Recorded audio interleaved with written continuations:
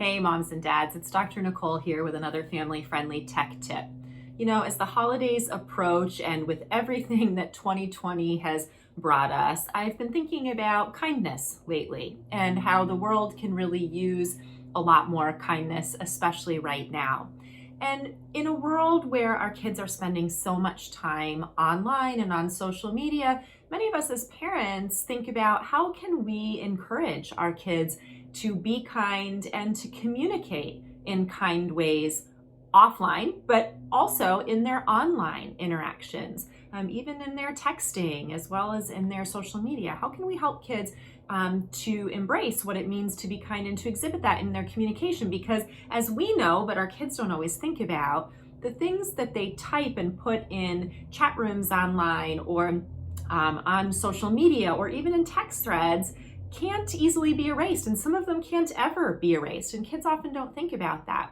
So it's an important thing to be communicating with our kids about what does it mean to be kind, to behave and communicate online in ways that speak well of us and that show us as caring, compassionate, responsible people. So a few things that I've been thinking about. The first is that we need to model this in our own online communication and offline, but online communication as parents, and spotlight that for our kids. Even something as basic as leaving a positive comment on somebody's social media post or leaving a positive review for a business that we frequent or appreciate. Just how can we embed some kindness in our online interactions and spotlight that for our kids?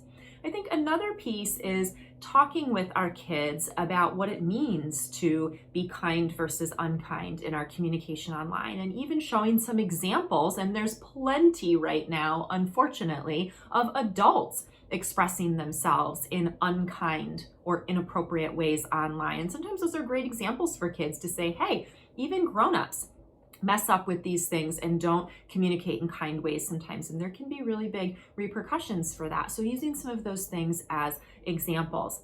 I also think there are two questions that can be really helpful in talking with our kids about the communication that they're using on social media, in texts, in other kinds of formats. And the first is for them to think about how would they feel if someone had posted that comment or sent that text to them.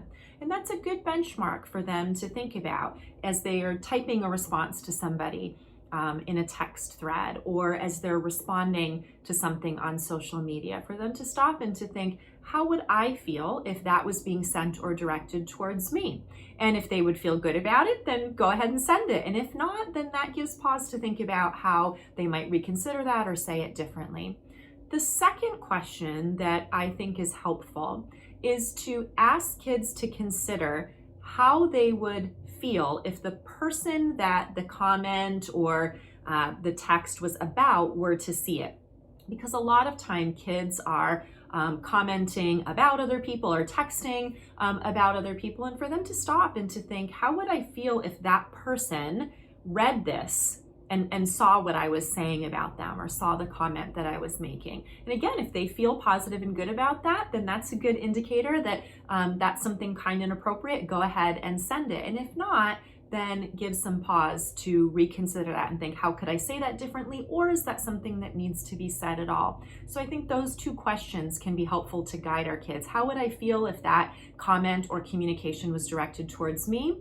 And if commenting about somebody else, how would I feel if that person were here with me to see that? And that can help guide them with those things. As always, as parents, we need to be engaging in conversations with our kids about these issues. They don't just automatically develop skills for communicating in appropriate ways, both online or offline. They need guidance about that. And so we need to be sitting down with them and having those conversations, looking at examples, looking at things that they're doing and talking about what they feel good about or not good about and what changes might be appropriate.